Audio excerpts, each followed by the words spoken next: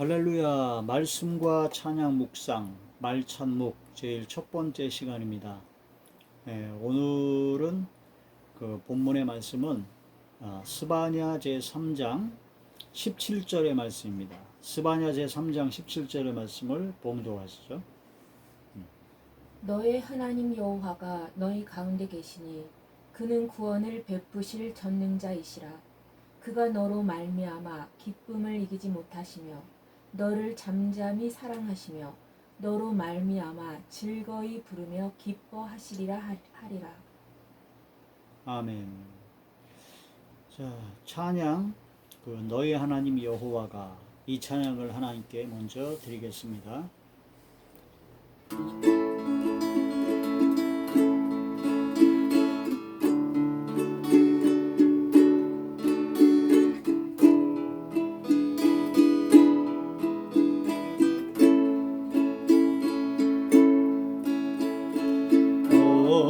너의 하나님 여호와가 너의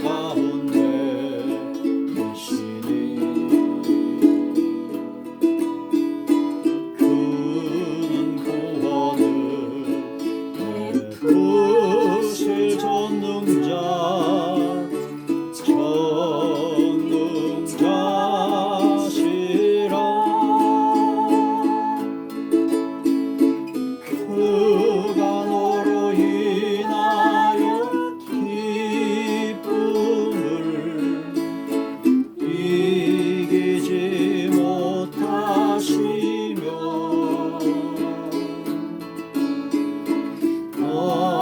그가 너로 인하여 기쁨을 이기지 못하시며 너를 잠잠히 즐거이 부르며 기뻐하시리라.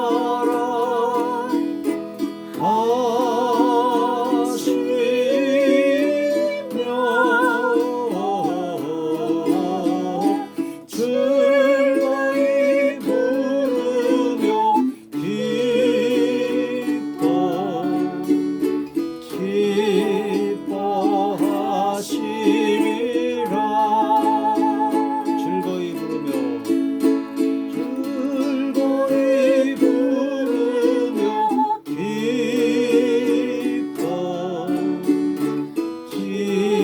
기뻐하시리라.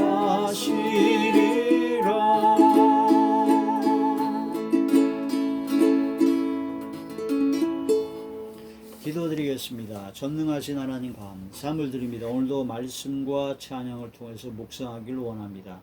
주님의 뜻을 분별하게 하시고 하나님의 놀라우신 은혜와 은총과 성령의 임재를 체험케 하여 주시옵소서. 진정으로 하나님 아버지를 기쁘시게 하는 복된 삶이 되길 원합니다. 아버지께서 함께하여 주옵소서. 예수님 이름으로 감사하며 간절히 기도 올립니다. 아멘. 오늘 말씀의 제목은 기쁨을 이기지 못하시는 하나님 아버지라는 제목의 말씀이 됩니다. 스바냐 3장 17절의 말씀을 보면 너희 하나님 여호와가 너희 가운데 계시니 그는 구원을 베푸실 전능자이시라. 그가 너로 인하여, 우리를 인하여 기쁨을 이기지 못하며, 기쁨이 너무 커서 기쁨을 이기지 못하신다는 거죠. 잠잠히 사랑하시고 즐거이 부르며 기뻐하시리라. 이 말씀이 참으로 은혜가 되며, 아까 너희 하나님 여호와라는 그 찬양은 이 스바냐 3장 17절의 말씀에 그걸 그대로 가사로 적어가지고 찬양을 곡을 쓴 거라서 더욱더 은혜가 됩니다. 하나님께서 기쁨을 이기지 못하신다. 우리가 하나님께서 우리 사람을 창조하실 때 하나님께서 굉장히 기뻐하셨습니다. 좋았더라 하시면서 아주 기뻐하셨죠. 우리 사람이 창조된 목적 중에 하나가, 목적의 가장 큰 이유는 이사야 43장에 있는 것처럼 하나님의 찬송을 부르게 하기 위해서, 하나님께 기쁨을 드리기 위해서 우리가 창조되었죠. 그래서 우리의 삶은 하나님께서 기뻐하시는 삶이 되어야 된다. 하나님께서 기뻐하시지 아니하는 삶은 아무 의미가 없습니다. 그걸 깨달아서 나는 과연 하나님께서 기뻐하시는 삶을 지금 내가 살고 있는가, 그걸 항상 묵상하고 항상 나 자신을 돌아봐야 됩니다. 사람들에게는 말과 행동만 보이지만 하나님께서는 머리털 하나도 세심바 되셨고 우리의 마음과 생각을 다 알고 계시기 때문에 내가 마음 먹는 것, 또 내가 생각하는 것, 또 내가 말하는 것, 또 내가 행동하는 것, 그런 모든 삶 전체가 과연 하나님께서 기뻐하시는가, 그거를 항상 생각해야 됩니다. 히브리서 11장에 보게 되면 하나님께서 기뻐하시는 믿음이 있습니다. 어떤 믿음을 하나님께서 기뻐하시냐면 하나님께서 살아계심을 믿는 사람을 기뻐하신다. 그러니까 하나님께서는 천주와 만물과 우주와 모든 걸 창조하시고 역사하시고 주관하시고 섭리하시는 창조주 하나님이십니다. 또한 알파요 오메가 되시며 시작과 끝이 되시고 처음과 나중 되시고 무소불능, 못하시는 것이 없고 무소부지, 모르시는 것이 없고 또 무소부재, 어디든지 아니 계시는 것이 천지에 충만하지 아니하신 것처럼 어디든지 다 계시기 때문에 살아 역사하시는 전능하신 하나님이시기 때문에 그 하나님 앞에 숨길 수가 없습니다. 마음도 생각도 어떤 것도 하나님 앞에서는 아무것도 숨길 수 없다. 그게 바로 하나님께서 기뻐하시는 믿음이죠. 그래서 그렇게 살아 역사하시는 창조주 전능하신 창조 하나님께서 분명히 살아계시고 역사하신다는 걸 믿는 믿음이 하나님께서 기뻐하시는 믿음입니다. 그 믿음이 없으면 크리스찬이 아니죠. 그 하나님께서 살아계시고 그래서 그 하나님 앞에서 우리가 마음 먹고 생각하고 말하고 행동해야 된다. 그래서 코람데오의 믿음을 하나님께서 기뻐하신다. 또한 그에게 나아가는 자, 하나님께 나아가는 자는 하나님께서 반드시 상을 주신다는 것을 믿어야 그걸 바로 하나님께서 아주 기뻐하신다는 겁니다. 상 주시는 하나님. 하나님께서는 우리 아버지 하나님이 되시기 때문에 가장 좋은 것으로 항상 주십니다. 가장 좋은 길로 항상 인도하시기 때문에 항상 상을 주시고 은혜를 주시고 가장 최고의 것으로 가장 좋은 것으로 항상 인도하시고 주신다는 거죠. 우리가 보기에는 이해가 안 될 때도 있고 우리가 보기에는 너무 늦게 주시는 거 아닌가, 이건 아닌데 싶지만 하나님의 뜻에 따라 하나님의 때 하나님의 방법으로 하나님 보시기에 우리에게 가장 좋은 것을 주십니다. 왜냐? 아버지 하나님이시기 때문입니다. 악한 부모라도 자식이 떡을 달라는데 돌 줄 자가 어디 있고 자식이 생선을 달라는데 뱀을 줄 자가 어디 있냐고 하셨습니다. 하물며 하늘에 계신 우리 아버지께서는 예수 그리스도를 보내서 우리를 구속, 죄사함을 얻게 하시고 영원한 천국으로 인도하시고 하나님의 자녀가 되는 권세를 주셔서 아바 아버지라 부를 수 있도록 해주시고 아버지 하나님의 아들로 대우하시는 엄청난 복을 주셨는데 우리에게서는 가장 좋은 것으로 주신다는 거죠. 그걸 믿어야 하나님께서 기뻐하신다. 상 주시는 이심을 믿어야 된다. 그래서 하나님만을 기대해야 됩니다. 사람을 보거나 세상을 보거나 어떤 것을 봐도 만족함이 없고 실망할 수밖에 없고 전혀 진짜 그럴 수밖에 없는데 하늘에 계신 우리 아버지 하나님, 전능하신 하나님께서는 한 번도 우리에게 가장 좋은 것을 주지 아니하신 적이 없습니다. 하나님은 인생이 아니시기 때문에 시건치 아니하시고 거짓말을 못하시고 한 번 약속하신 것은 절대로 변하지 않습니다. 내가 변할 뿐이죠. 내가 하나님의 약속을 배반하고 하나님을 멀리하고 하나님 앞에 온갖 죄악을 통해서 하나님과 멀리 떨어졌기 때문에 탕자처럼 아주 최악의 상태에 빠지는 것이지 하나님 아버지께서는 항상 좋은 것으로 약속하신 대로 주신다. 그것을 믿어야 하나님께서 기뻐하시죠. 그래서 하나님께서 기뻐하시는 믿음, 그러나 하나님께서 기뻐하시는 삶, 하나님께서 기뻐하시는 것이 무엇인가를 항상 생각해 봐야 된다는 거죠. 성경 보면요, 하나님을 시험하면 하나님의 진노를 사서 결국은 죽습니다. 그런데 하나님께서 시험해도 되는 것이 딱 두 가지가 있습니다. 말라기 3장에 보면 11조를 들여서 복을 쌓을 것이 없도록 주지 아니하나 시험해보라. 만군의 여호와가. 하나님의 것. 11조는 내 것이 아닙니다. 10분의 1 그것은 하나님의 것입니다. 농사를 지을 때 내년에 심을 씨 감자든가 씨 고구마 그 씨는 절대로 먹지 않습니다. 아무리 배가 고파도. 왜냐하면 그걸 먹어버리면 내년에 농사 지을 것이 없기 때문이죠. 그래서 하나님의 것 10분의 1은 하나님을 위해서 하는 것이 아니라 우리 자신을 위해서 하나님께서 30배, 60배, 100배로 엄청나게 복을 주시기 위한 그런 모든 씨감자, 씨로 주시는 것이다. 그걸 하나님의 것이라 그래가지고 아예 이거는 내 것이 아니기 때문에 먹을 수 없는 거다. 그 마태복음에 누가복음이라 쭉 보게 되면 씨와 먹을 양식을 주셨다 그래서 구분을 확실히 주셨습니다. 씨를 먹어버리면 안 됩니다. 하나님의 것 바로 11조를 하나님의 것인데 하나님의 것을 하나님께 드려서 하나님께서 복을 주지 아니하나 황충 메뚜기들 금에서 보호해 주시고 또한 과실이 기한절에 떨어지지 않도록 지켜주지 아니하나 하나님을 시험해 보라라고 약속하신 그런 말씀이 말라기 3장 이하에 쭉 나오게 되죠. 그래서 11조 첫 열매 또 가난한 자들에게 도와주고 가난한 자를 불쌍히 여기고 도와주는 그런 모든 걸 통해서 하나님의 놀라운 역사를 체험해 보라는 것이죠. 근데 또한 이제 에베소에서 보게 되면요. 하나님을 시험해 봐도 되는 게 뭐냐면 하나님께서 기뻐하시는 것이 무엇인가? 이렇게 하면 하나님께서 기뻐하실까? 저렇게 하면 하나님께서 기뻐하실까? 어떻게 해야 하나님께서 기뻐하실까? 그걸 항상 생각하게 된다는 거죠. 그게 바로 에베소 5장에 나온 주께 기쁘시게 할 것이 무엇인가 시험하여 보라.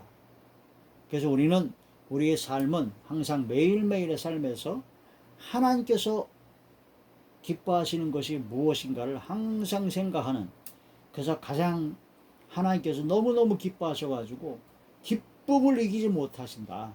기쁨을 이기지 못하시는 그런 하나님을 바라보게 되는, 하나님을 경험하는 삶이 되어야 된다는 것이죠. 스바냐 3장 17절의 말씀에 하나님께서 기쁨을 이기지 못하시는 것은 이스라엘 민족이 바벨론의 포로 생활 후에 70년간 바벨론 포로 생활 후에 다시 돌아올 때 하나님께서는 이제 너희를 버리운 자라 바로 황무지라 칭하지 아니하고 내가 너희를 헵시바라 하나님의 기쁨이 되는 것이다. 또한 비울라라 결혼한 여자가 될 것이다 라고 하시면서 하나님께서 굉장히 기뻐하셨습니다. 바벨론 포로 생활 70년의 포로 생활 그 엄청난 고난을 받게 된 그 원인은 이스라엘 왕 중에 므낫세 왕이 엄청난 죄를 졌죠. 우상 숭배라고 무지한 죄의 피를 흘리고 무지무지한 죄를 졌습니다. 그래서 하나님의 진노를 사서 결국은 70년간 바벨론 포로 생활을 하게 되죠. 그 기간 동안 무수한 고난을 통해서 통해 자복하고 회개하고 결국은 기한이 차서 이제 돌아올 때 그때 하나님께서는 굉장히 기뻐하신다. 그래서 하나님께서 기쁨을 이기지 못하시며 가장 기뻐하시는 것이 뭐냐? 바로 회개하고 돌아오는 것입니다. 그 예수님께서 이 땅에 오셔서 공생애를 시작할 때 첫 번째 하신 말씀이 뭐냐면 회개하라. 천국이 가까웠다. 그래서 회개를 하나님께서는 가장 기뻐하신다. 어떤 사람들은 회개를 그냥 후회만 하고 입으로만 눈물 콧물 흘리고 말로만 하면 그 회개가 다 된 줄 아는데 착각입니다. 회개는요. 마음과 생각을 돌이키고 돌이킬 회자 마음과 생각을 돌이키고 그 다음에 고칠 개자 말과 행동을 고쳐야 된다는 거죠. 회개에 합당한 열매 모든 삶 속에서 완전히 고쳐져야 그게 온전한 회개다 하는 그런 말씀이 됩니다. 어떤 사람은 또 회개할 필요도 없다고 합니다. 참 그런 무지한 그런 말에 속으면 안 되죠. 또 어떤 사람은 또 회개를 할 때 맨날 회개하고 또 회개하고 또 회개하고 이거는 입으로만 회개하는 것이고 그 하나님께 회개를 악용하는 그런 잘못된 신앙일 경우도 많습니다.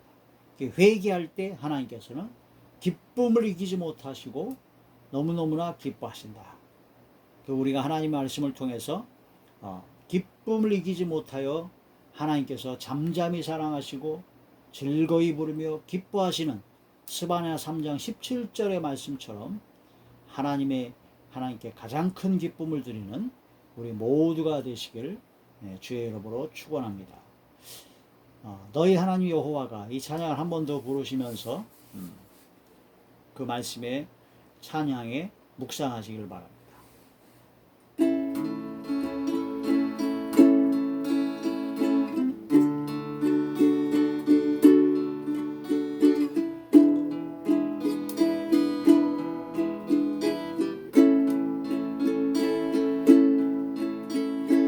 너의 하나님 여호와가 너의 가운데 계시니 그는 구원을 베푸실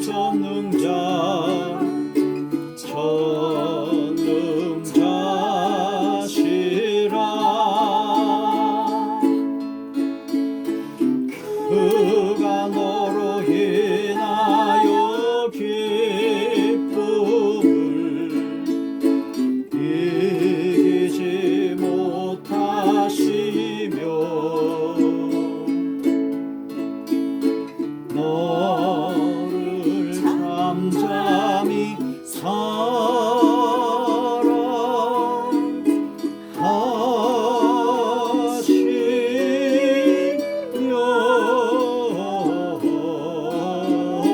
즐거이 부르며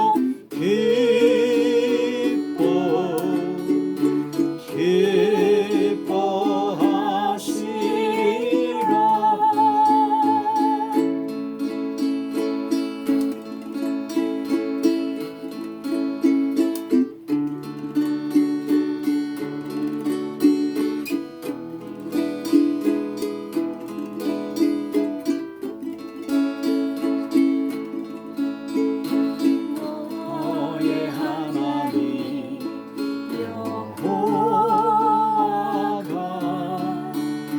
너의 가운데 계시니 그는 구원을 베푸실 전능자시라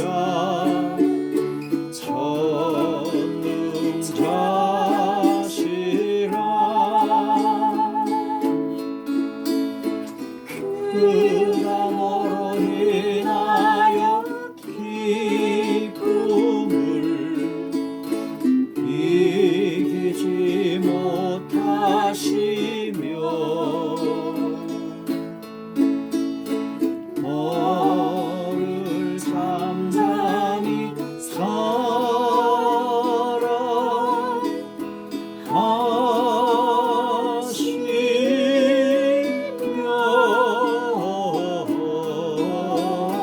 즐거이 부르며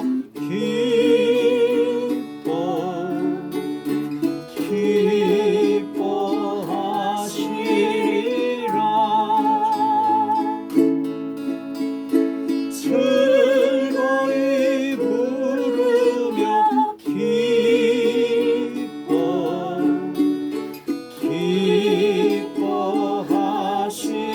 기뻐하시리라.